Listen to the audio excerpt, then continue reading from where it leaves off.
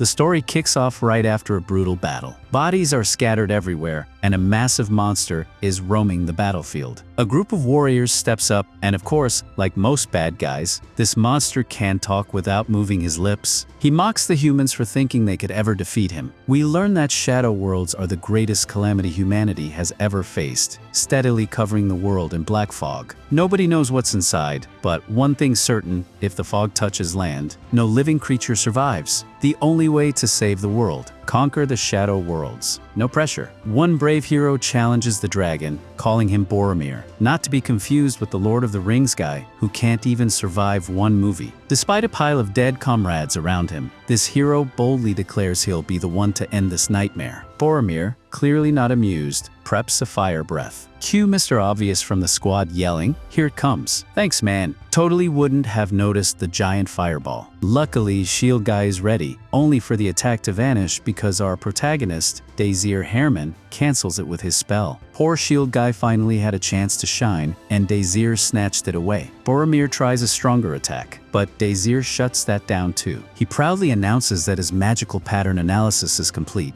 basically flexing that he's hacked every draconian spell in existence. With Boromir's magic sealed, the humans launch a counterattack. Shield Guy blocks a tail swipe, the mage blasts him, and the female warrior, supercharged with the last of the mage's mana, lands the finishing blow. Boromir screams in disbelief before crashing down. Everyone cheers. Captain Avia gives the most inspiring speech possible. One word: good. Desire, shocked but relieved, can't believe they pulled it off. Later, while the survivors celebrate, someone notices they haven't received orders from the higher-ups. Did they maybe kill the wrong boss? Oops. Mr. Obvious insists Boromir was the right one, but the group points out they should have been sent home by now. Daisir tries to stay positive, but the mood crashes when the mage reminds them that out of 155 million fighters, only 6 survived. Daisir realizes just how much this cursed world has taken from him, and suddenly, the victory doesn't feel so sweet. After the battle, Daisir Herman and his irreplaceable friends try to recover. The group's cheerful hippie brightens the mood, reminding everyone they just defeated Boromir. The mage isn't buying it. He points out that 99% of all mages died and insists they can't ignore reality. Still, the hippie suggests they should pray first. Classic move. Daisir calms everyone down, and the religious hippie compliments Shield Guy for his sweet blocking skills. Shield Guy, being humble, gives all the credit right back to Daisir. The mage, meanwhile, marvels at how Daisir managed to analyze and seal Boromir's spells with just his circle. Even he couldn't do that. When asked why no one's ever heard of him, Daisir simply explains, it's because he's just a commoner. The mage nearly cries, saying that if Daisir had been at the magic tower, he'd have been an unstoppable beast. The conversation shifts to their plans after returning home. Shield Guy wants to honor fallen comrades by visiting their families. The hippie, apparently the purest soul alive, plans to take care of the victims' families and build a memorial. The mage dreams of preventing another shadow world from appearing, since a repeat would be humanity's game over. The silent warrior who dealt the finishing blow says nothing, and Rudy straight up ignores the question. When asked if he'll go back to Hebron Academy, Daisir thinks of a girl he once knew, someone destined to die in battle. For now, he says, he just wants to go home. But before they can relax, everyone suddenly senses something. The mage is shocked, feels like Boromir's mana, even though they killed him. He recalls an old text. Dragon hearts don't just pump blood, they store and circulate massive amounts of mana. When a dragon dies, its heart stops, and all that stored mana explodes. Whoops! Shield Guy steps forward again, telling the mage he might have mentioned this little detail earlier. The mage defends himself, saying this is literally the first time in history humans have beaten a dragon, so yeah, no handbook for this. The sky erupts with light from Boromir's corpse. Daisir tries to stop it with a spell, but nothing works. The mage admits it's hopeless. They're facing pure magic energy, and even under perfect conditions, they couldn't contain it. The party braces for death as Daisir's life flashes before his eyes, only for him to suddenly wake up in normal clothes, somewhere completely different. He hears applause. A woman's voice welcomes the new students to Hebron Academy. Daisir Herman suddenly remembers the woman as Professor Bridget. She explains to the new students that not everyone will be enrolled. They must first take a test, and only the top 600 will make it in. Daisir knows what's coming even before she announces it. The exam is to clear a shadow world. The students panic, thinking this is way too dangerous. But Bridget calms them by explaining it's an artificial shadow world created just for the test. Still, Daisir feels uneasy, and then she says the year is 3613. That's 3 years before the war against Boromir began in 3616, a war that destroyed everything. Realizing he's somehow in the past, Daisir collapses, wondering what the point of all that suffering was. He knows it's not a dream. The memories are far too vivid.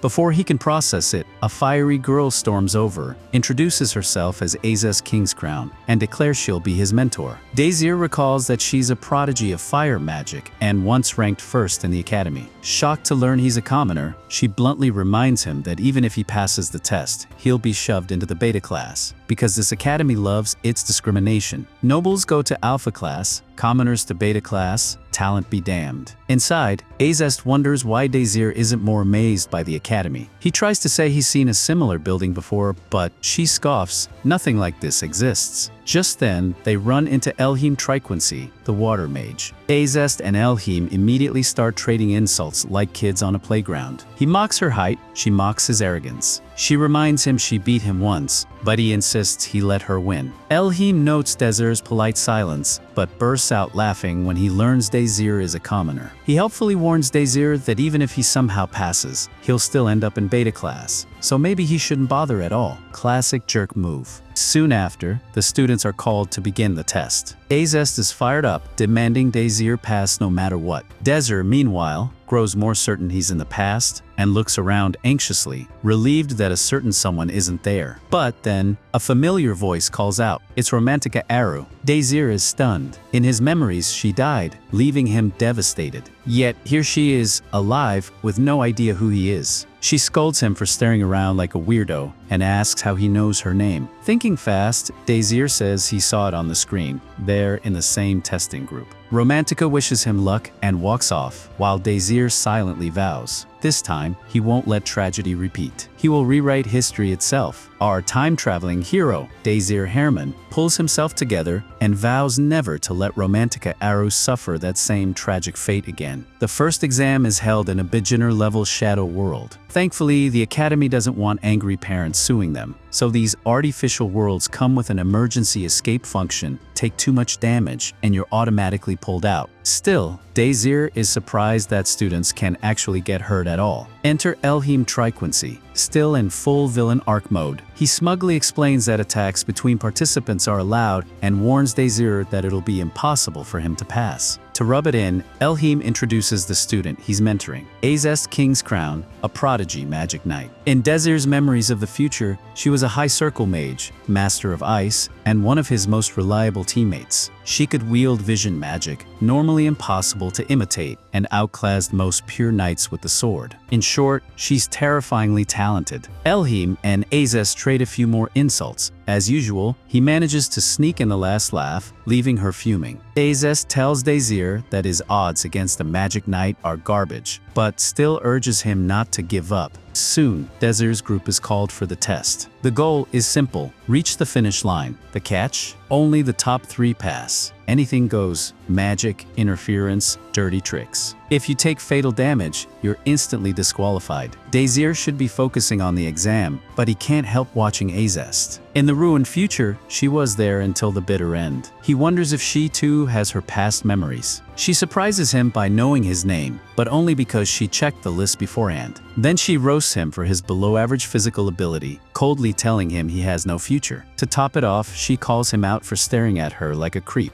She assures him she won't bother wasting time attacking weaklings anyway. Daisir quickly realizes this is not yet the loyal teammate he once knew. The race begins. Azest takes off like someone just told her the cafeteria was serving free desserts. Romantica runs after her, but pauses to apologize to a tiny furball she bumps into. Daisir can't help but smile. Yep, she still loves cute things. Romantica, however, has no idea what he means by still and wonders if this guy is hitting on her in the middle of an exam. Annoyed, she tells him to focus on the race. Daisir can't help himself, he's missed her too much. Romantica gets even more irritated until Daisir suddenly saves her from a random fireball. The attacker, a hot-headed student named Eggs, is furious at being interrupted and swings his fire rod again. But Romantica doesn't need babysitting, she counters, and wipes him out. His disqualification is promptly announced to everyone. Poor Eggs scrambled right out of the test. Romantica Eru thanks Daisir Herman for the save, then immediately gets annoyed by his dumb face. The two are falling behind, so Romantica decides to show her true skill and casts Arrow Sweep. Up on the sidelines, a higher-up with a ponytail nods, everything's going smoothly, and the examiners are impressed a magic knight is competing this year. They snicker when they see a weak commoner in the same group as her, pitying the poor kid, except one inspector stares intently at Daisir like she smells something interesting. A follower of Aziz thinks he can just tail her to victory, but Romantica's powerful wind nearly pins him in place. Aziz slices through the gust like it's paper. The drooling fan ends up hugged by Mother Nature, courtesy of a giant tree, and is promptly eliminated. Another fool gets knocked out too, leaving only 3 participants. Romantica smiles, thinking everyone's passing, until she notices Daisir and tells him to quit. His face, she says, is the reason he should give up.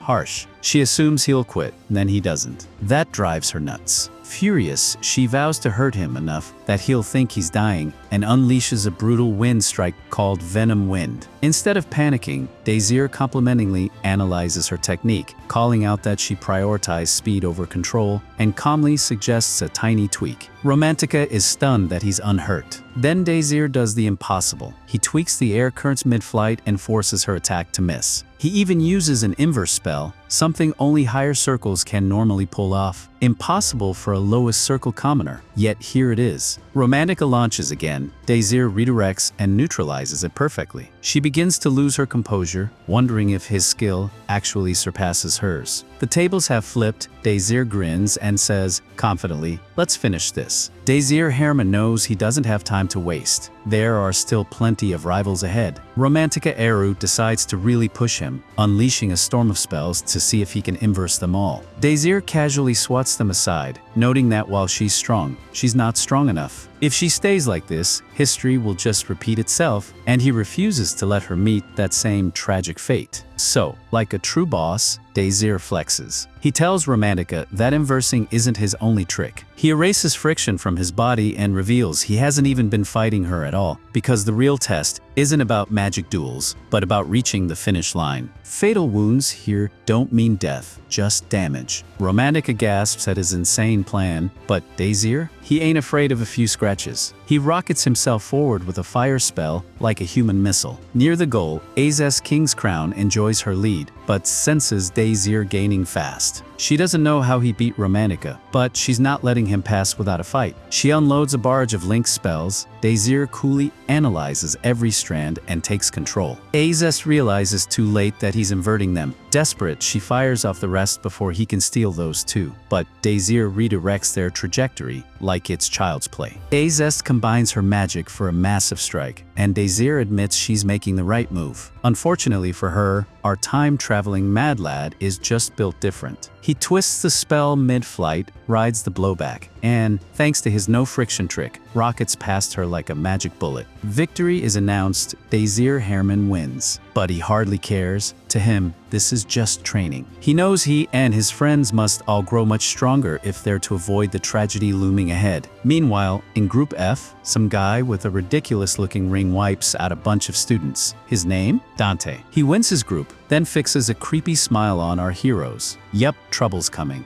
Elsewhere, the Academy's higher-ups gather to assign students to their classes. As always, they sneer that no commoner will ever enter the Alpha class, claiming it exists only to nurture the chosen ones. In their view, commoners should be grateful just to set foot inside Hebrian Academy. Their arrogance is cut short when the old headmaster, who looks like he hasn't shaved once in his life, announces that there's been a recommendation. Professor Bridget has personally nominated Daisir Herman for the Alpha class. Confident in her choice, she insists he belongs there. Later, the results are posted. Daisir checks the list and finds himself placed in Beta class. He doesn't mind for himself, himself, but he quickly spots Romantica Eru, who is visibly shaken to see her name among the beta students. Romantica, depressed by the rundown classroom, listens as Bridget explains the system. A mage's ability is measured by circles, with first circle at the bottom and seventh circle at the peak. Alpha class requires at least circle 2, while every student here is circle 1. Their magic is so weak that they aren't even qualified to challenge real shadow worlds. For Romantica, being stuck in beta is humiliating enough. But to make matters worse, she's stuck in the same class as Daisir, the smiling commoner who beat a magic knight. His grin only fuels her frustration. Meanwhile, Bridget admits privately that she failed to sway the other professors. The nobles on the council flatly refuse to allow a commoner into Alpha, no matter his talent. This infuriates Daisir, not just because of his own rejection, but because countless gifted commoners are being ignored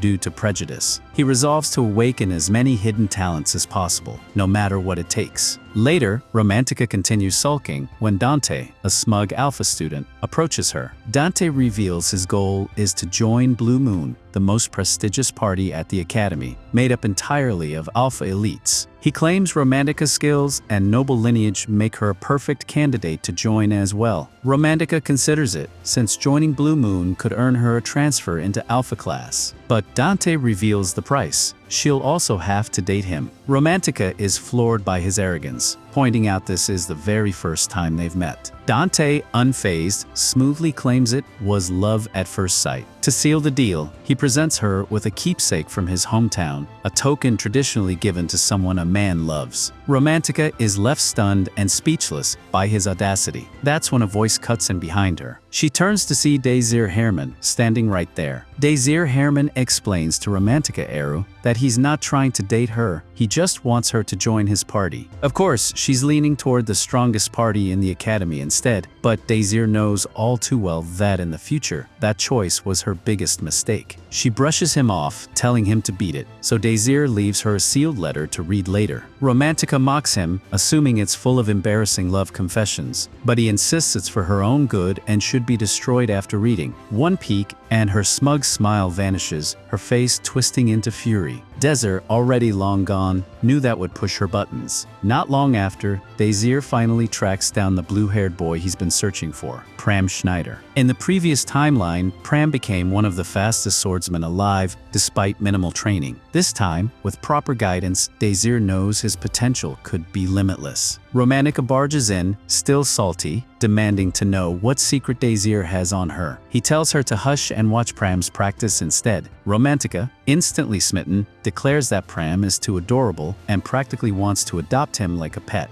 When Pram chooses a greatsword, both she and Daisir are shocked. He looks way too tiny for the weapon. Still, Pram politely introduces himself, but his opponent, a red-headed mullet sporting a business in the front, party in the back look, refuses to even acknowledge a beta-class reject. The match begins, and Mr. Mullet is immediately stunned by Pram's natural ability. Romantica is impressed, but Daisir notices the boy is swinging wildly without technique. Sure enough, as Pram moves in for what should have been a winning strike, his opponent dodges and counters. The Mullet Man, revealed to be Pearl, is declared the winner. But Pearl isn't satisfied. He keeps wailing on Pram while the referee does absolutely nothing. Daisir jumps in, pointing out the fight is already over. Pearl threatens him too, but Daisir fires back with his sharp tongue, asking if Pearl is upset because Pram's attacks hurt too much, or just jealous of someone clearly more talented. Enraged, Pearl loses his cool and attacks, but Daisir blocks it with his arm. Calmly, Daisir reminds him he already won. Then, with a frighteningly serious look, asks what more he could possibly want. That's enough to send Pearl storming off, vowing to remember Daisir's face. Later, Pram patches Daisir up,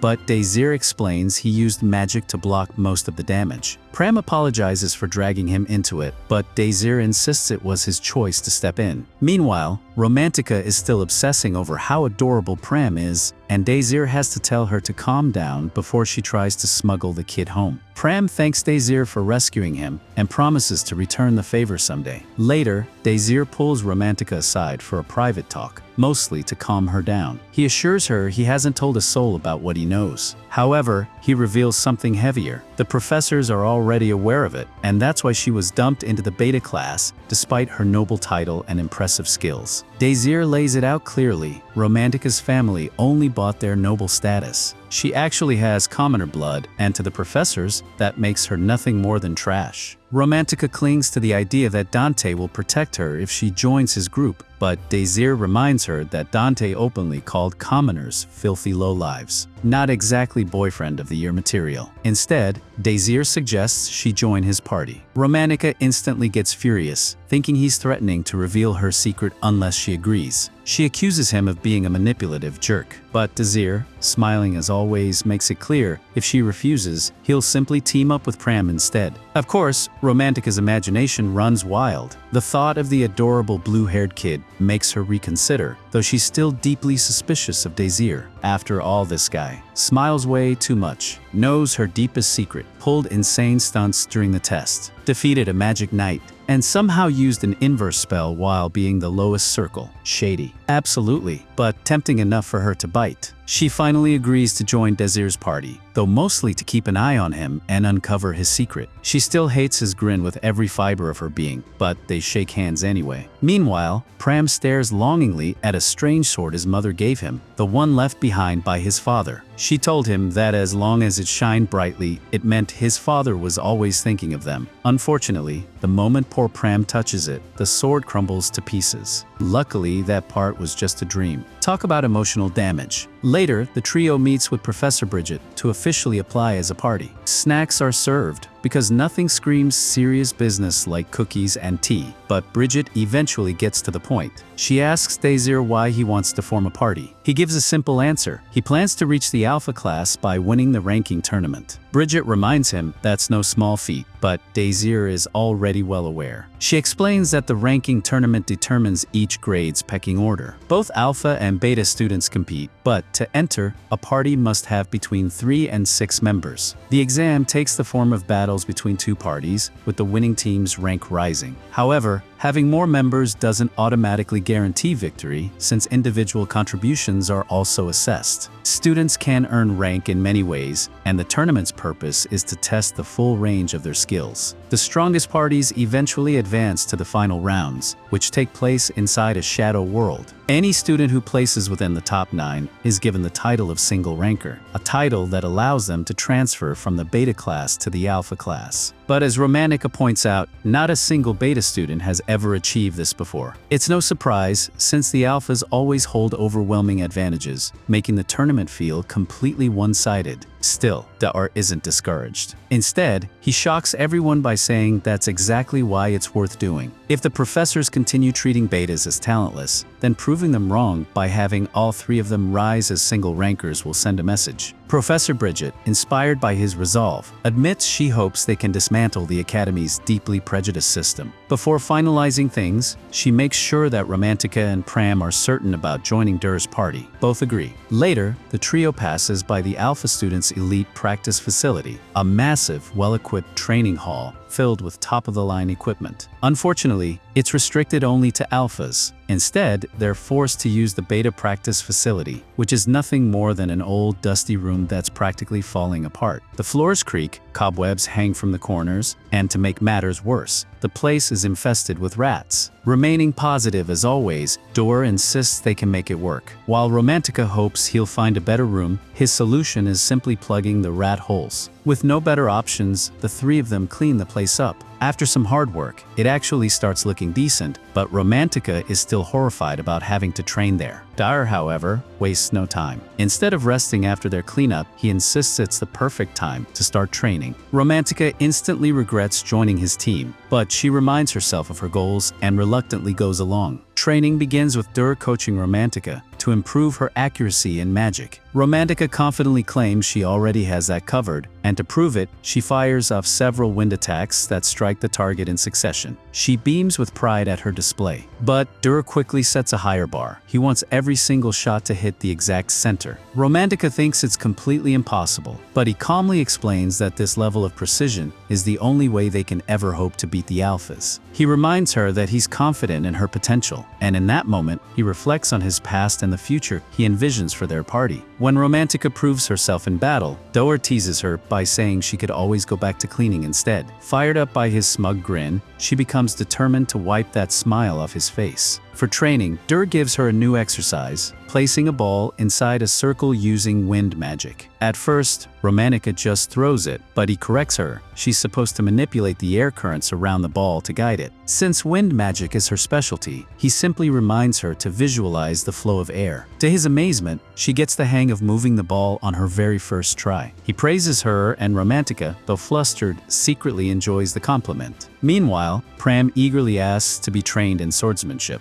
But to his shock, Dur tells him there's nothing he can teach him. According to Dur, Pram has already perfected the basics of sword mastery and should be strong enough to win in the ranking tournament as he is now. Pram doesn't believe this, especially after Dur had to save him earlier. But Dur insists he knows Pram's true potential because his strength in the future was unforgettable. Dur also points out that Pram should be using a much lighter weapon, specifically a rapier, as it would suit his fighting style far better. Clearly upset, Pram hesitates to explain why he doesn't use one. When Dur presses, saying it affects the strength of their whole party, Pram finally asks him to come with him somewhere private. Leaving Romantica behind to continue her own practice, they head to Pram's dorm room. There, Pram reveals the truth. He has no idea who his father is. His father disappeared long ago, leaving only his mother, a commoner, to raise him. The one thing his father left behind was a rapier sword. When Dur sees it, he instantly recognizes it. It's the very same weapon Pram wielded in the future. The sword is incredibly light, perfect for him. Pram explains that when he learned his father had left it to him, he immediately dedicated himself to the path of the sword, hoping that one day he could face his father as a worthy son capable of wielding it. On her deathbed, his mother told him never to seek out his father, explaining that his father lived in a world completely different from theirs. As a noble, having a child with a commoner was considered a disgrace. If Pram had revealed himself, he would never have survived. She never even told him his father's name. Her last act was to protect him. Still, Pram admits he desperately wants to find his father, which is why he enrolled in Heaven Academy, hoping for clues. He then reveals his anger. The rapier, the sword his father left him, was dismissed by others as worthless, not even something worthy of a nobleman. Pram breaks down, admitting that he once believed his father left him the rapier out of love, but now he sees that might not be the case. Heartbroken, he vows never to use that sword again. The next day, training is in full swing.